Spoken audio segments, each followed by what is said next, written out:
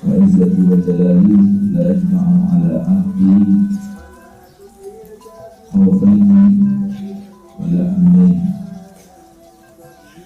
إذا خافني في الدنيا أمنته يوم القيامة وإذا آمنني في الدنيا أخفته يوم القيامة. Masih kita bahas tentang makom khauf dan makom roja. Sebagaimana jelaskan pada pelajaran yang lalu, bahwasanya seorang mukmin itu siogianya berada di dalam makom antara khauf dan roja.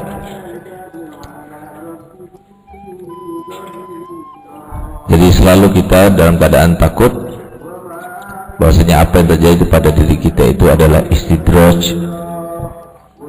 Selalu kita dalam keadaan mengharap kita termasuk yang digolongkan bersama hamba-hambanya yang soleh, yang akan dimasukkan ke dalam surga. Itu maksudnya makom khauf dan makom roja.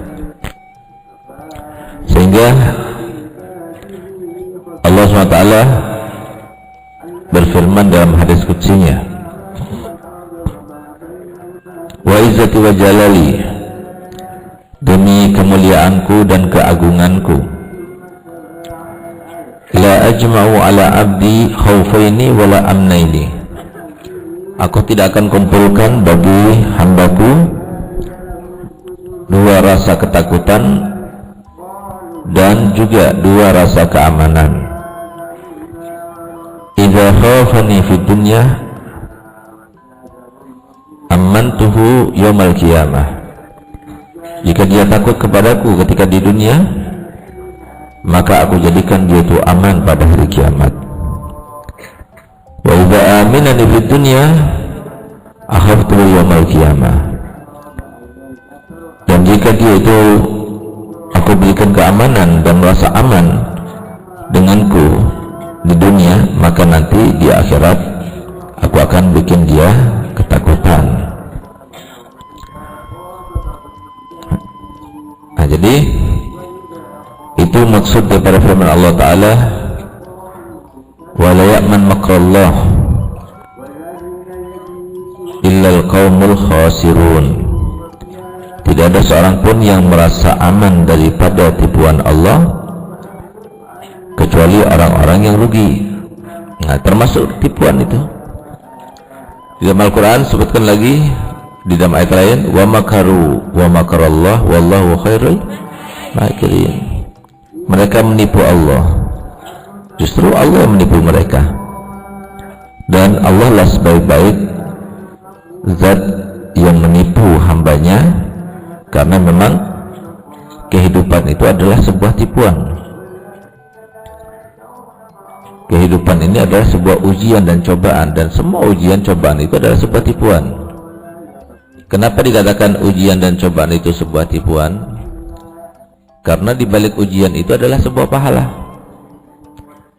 Inna ma'al usri yusra, setelah sebuah kesusahan itu pasti ada kesenangan.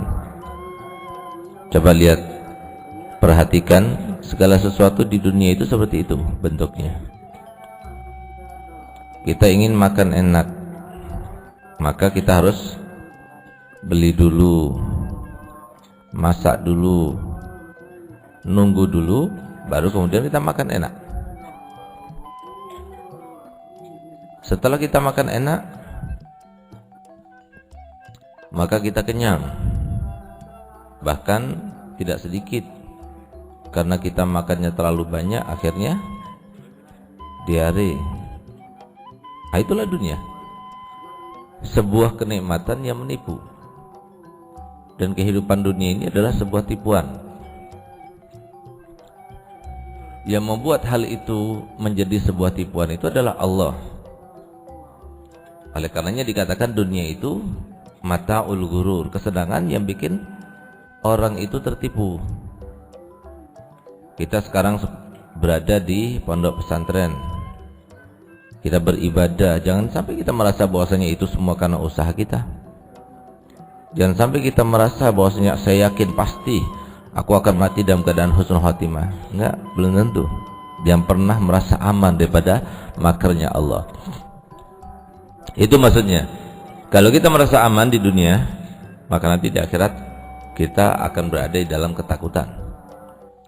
Tapi kalau kita di dunia merasa takut sampai ini adalah makar Allah. Kenapa aku mimpi yang baik? Bisa jadi ini adalah tipuannya Allah. Kenapa aku tahajud? Bisa jadi ini adalah tipuannya Allah.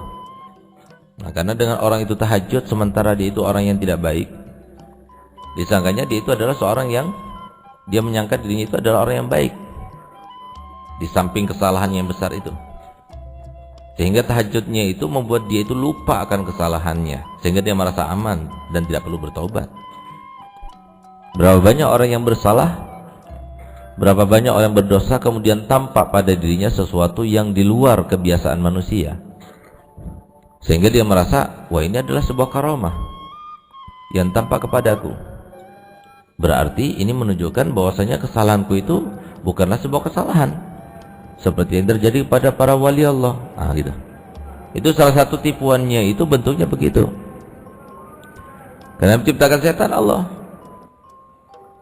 Oleh karena itu jangan pernah kita merasa aman. Harus kita merasa takut.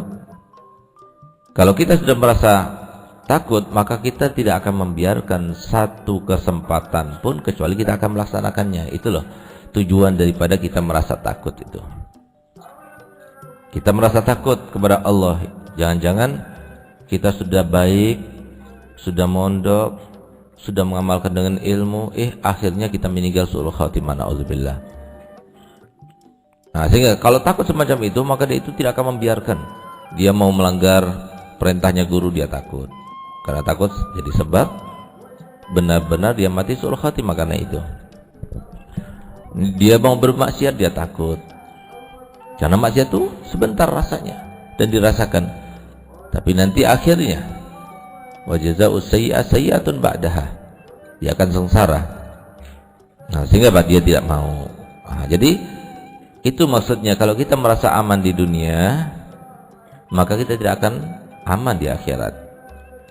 Tapi kalau kita merasa takut di dunia, maka nanti kelak di akhirat kita akan menjadi orang yang aman. Jadi sebaliknya, Nabi SAW bersabda,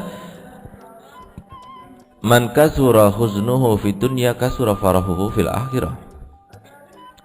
Man kasura dihkuhu fid dunya kasura buka'uhu fil akhirah.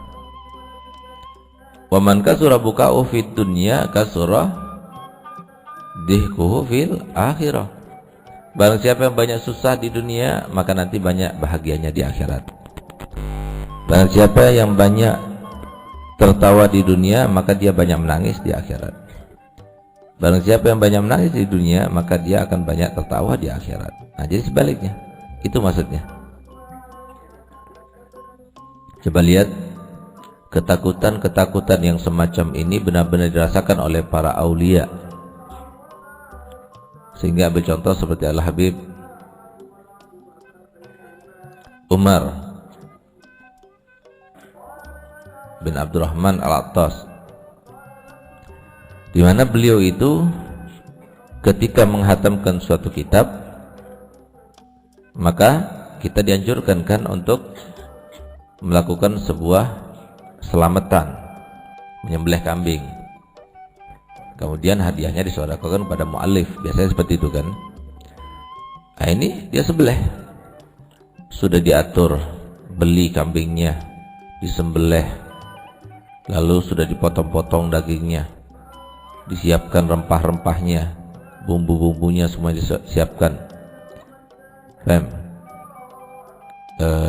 Kambingnya belum disembelih ya, disiapkan airnya, disiapkan segala sesuatunya, disiapkan tugas-tugasnya kepada siapa yang melaksanakannya. Tiba-tiba ketika kambing itu disembelih, ternyata pisaunya itu lepas sebelum tuntas menyembelih. Sehingga kalau terjadi seperti itu, kita akan lihat, kalau masih hayahnya itu hayah mustaqirrah, maka diteruskan, ambil pisaunya diteruskan. Tapi kalau hayah mazbuhah, nggak bisa lagi. Sehingga jadilah kambing itu kambing bangkai. Padahal kambing yang disediakan sedia kala untuk selamatan itu cuma 1 kambing. Kasih tahulah kepada Habib Umar.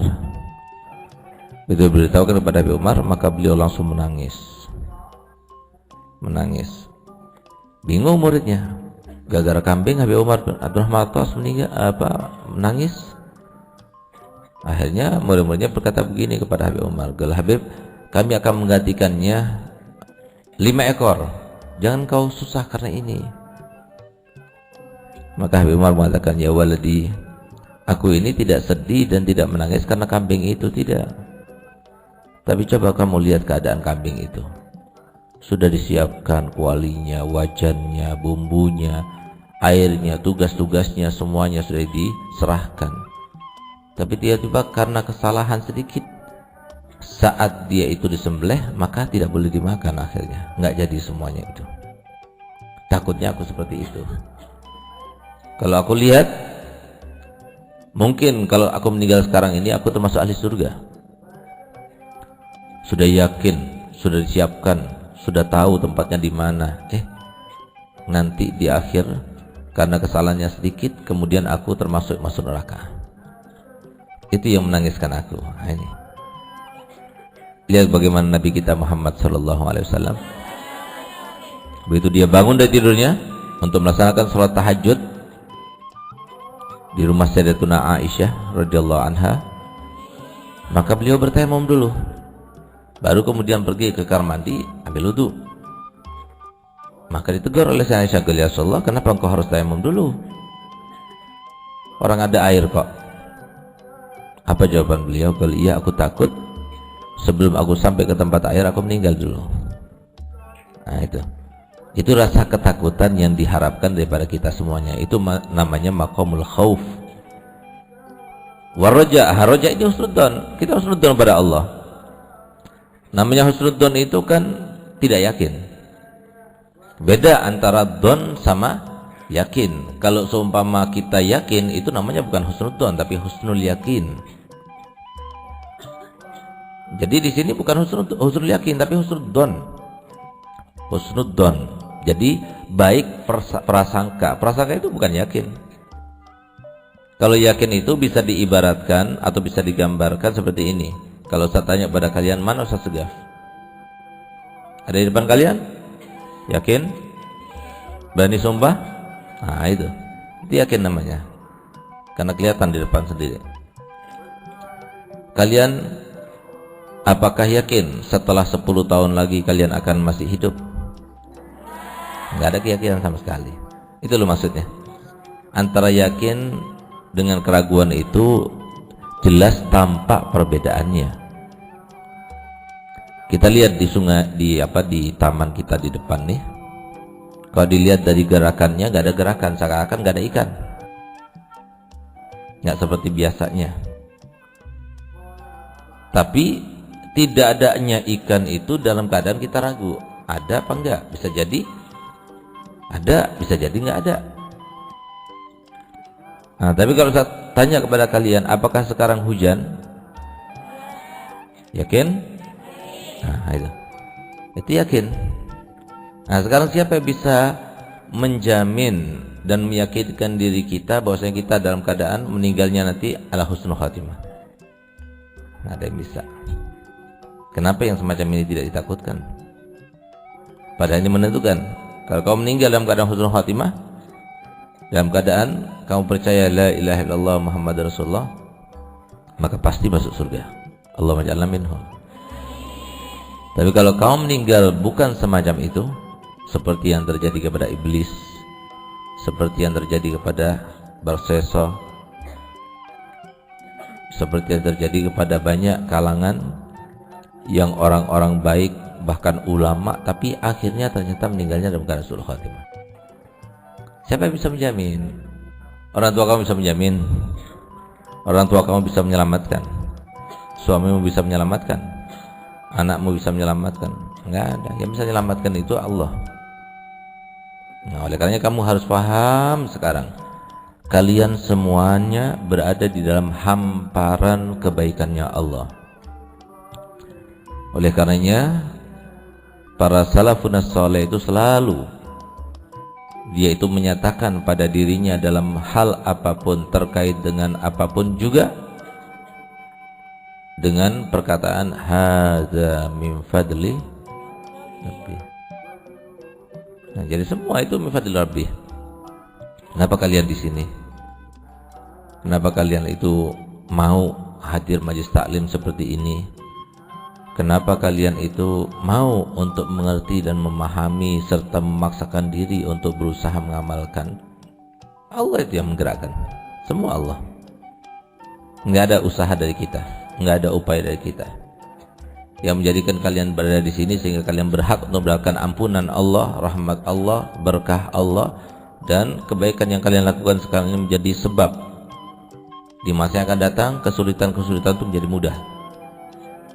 Di masa yang akan datang kamu itu akan menjadi sebab terahmatinya orang lain karena sebab pertemuan semacam ini. Siapa yang menggerakkan kamu untuk ada di sini? Nah, berapa banyak di kamar sana yang masih sakit, dia nggak bisa datang ke sini.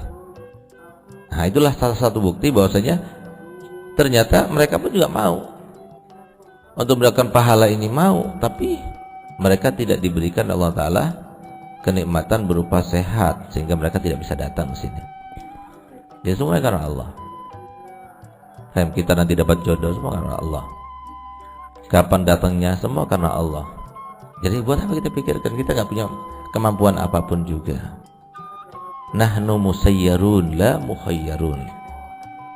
Kita ini adalah suatu benda, suatu zat yang diatur, didikte.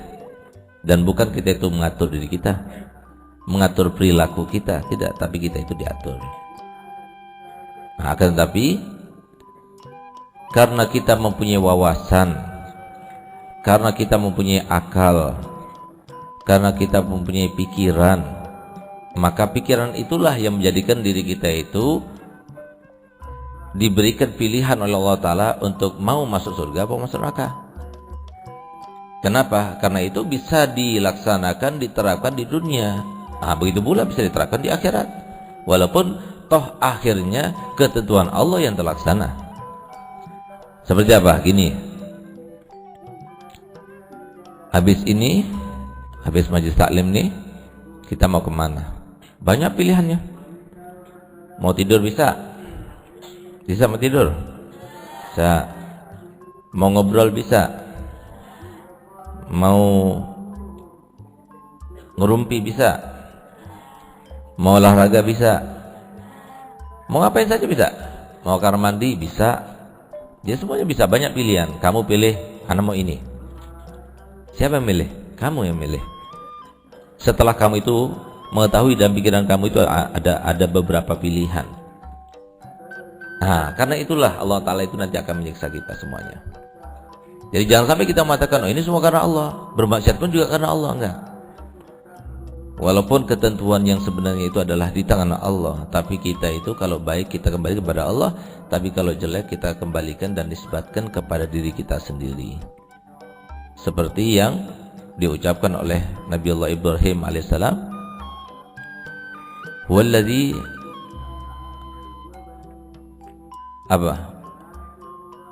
yut'imuni wa yuskin wa idza maritu fahuwa yashfin." Jadi dialah yang memberi makan aku, dialah Allah yang memberi makan aku, dialah pula yang memberikan aku minum. Tapi kalau aku sakit, kenapa kok tidak dikatakan kalau Allah membuat aku sakit, dia pula yang menyembuhkan? Tapi dikatakan di sini wa idza maritu, kalau aku sakit maka dia pula yang menyembuhkan. Nah, itu maksudnya. Jadi kalau dalam urusan kebaikan kita kembalikan kepada Allah. Tapi kalau dalam urusan keburukan, sesuatu yang tidak baik, kita nisbatkan hal itu kepada diri kita sendiri. Jadi jangan sampai kita nisbatkan kepada Allah atau kembalikan kepada Allah. Nah, jadi semuanya itu berada dalam hamparan nikmatan Allah. Oleh karenanya Nabi Muhammad SAW bersabda, kullukum tadkhulunal jannata birahmatillah Semua kalian itu akan masuk dalam surga itu dengan rahmatnya Allah. Dan bukan karena usaha kalian, bukan. Sehingga diceritakan, kata Nabi Muhammad, ada seorang hamba soleh yang dia itu beribadah kepada Allah selama 500 tahun. Siang berpuasa, malam sholat semalam suntuk. Coba lihat, bukan cuma 4 tahun seperti kita di pesantren atau 9 tahun paling lama, tapi ini 500 tahun. Siang puasa, malam sholat malam, semalaman suntuk. Sehingga ketika di pada mahsyar, maka dikatakan kepadanya oleh Allah Ta'ala, udkhul jannah bi rahmati, masuklah engkau ke dalam surga dengan rahmatku. Maka kemudian dijawab oleh orang itu, la bal bi amali, aku tidak akan masuk surga dengan rahmatmu ya Allah, karena aku banyak amal, aku 500 tahun ibadah, aku akan masuk surga dengan amalku. Kalau begitu ayo ditimbang lagi, dibawa ke mizan, itu tempatnya hisab, itu timbangan. Kemudian Allah Ta'ala meletakkan semua amal kebaikannya di salah satu kifah, dalam satu timbangan, sedangkan di kifah yang lainnya masih kosong, ditulis oleh malaikat nikmatnya melihat saja. Coba, nikmatnya melihat, dengan kamu mempunyai kenikmatan dengan melihat itu, berapa banyak kebaikan yang kamu dapatkan, berapa banyak amal yang baik telah kamu laksanakan, berapa banyak penglihatan yang menjadikan kamu itu bahagia dan bersih hati. Semua karena nikmatul basar. Berapa banyak di antara kita bisa melakukan ini, itu dan sebagainya karena nikmat kita punya mata. Nikmat itu taruh di salah satu timbangan itu. Subhanallah, begitu diletakkan kertas itu langsung lebih berat. Akhirnya apa? Dia termasuk ahli nar. Akhirnya kata Allah Ta'ala, bawa giring ke neraka. Barulah dia kemudian dia menangis dan dia menyesal dengan kata-katanya dan mengatakan, ya Rabb, masukkan aku dalam surga dengan rahmatmu. Nah, jadi yang patut untuk dicintai itu adalah Allah, bukan manusia. Yang durjana itu enggak. Yang patut untuk dirindukan itu adalah Allah. Yang patut untuk disyukuri adalah Allah. Yang patut untuk selalu diingat itu adalah bukan manusia, apalagi laki-laki yang belum jelas, enggak ketahuan. Ngapain diingat-ingat? Ngapain dirindukan? Yang berhak dirindukan, yang berhak untuk disyukuri, yang berhak untuk selalu diingat itu adalah Allah yang memberikan kamu semuanya. Kamu masih punya orang tua, siapa yang berikan? Allah. Kamu bisa belajar di sini, siapa yang berikan? Allah. Kamu punya nikmat segalanya, kamu bisa tidur enak, bangun enak, kamar mandi enak, ngomong enak, yang memberikan kecantikan, memberikan mata, semuanya siapa? Allah. Wa in ta'uddu nikmatallahi, enggak bakal kita mampu untuk menghitung nikmatnya Allah Ta'ala. Nah, jadi oleh karenanya jangan pernah merasa aman. Walaupun kita ini sudah selesai belajar di pesantren, sampai jadi mutakharijah, sampai jadi ustazah, yang merasa aman. Tetap seperti yang Ustadz katakan, dari 0 ke 0. Selalu hati kita itu dalam keadaan 0. Selalu pandangan wawasan kita dalam keadaan 0. Dan jangan pernah kita merasakan aku ini alim karena aku ini rajin, enggak, karena Allah. Aku ini bersih hati karena usahaku, karena Allah. Semuanya karena Allah. Kita tidak memiliki apapun. Nah, jadi orang yang semacam itu adalah orang yang tidak pernah melihat pada dirinya kebaikan.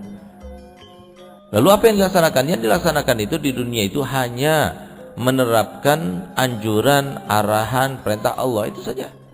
Allah nyuruh kita untuk berjujur, ya udah jujur. Allah melarang kita untuk berbohong, jangan bohong.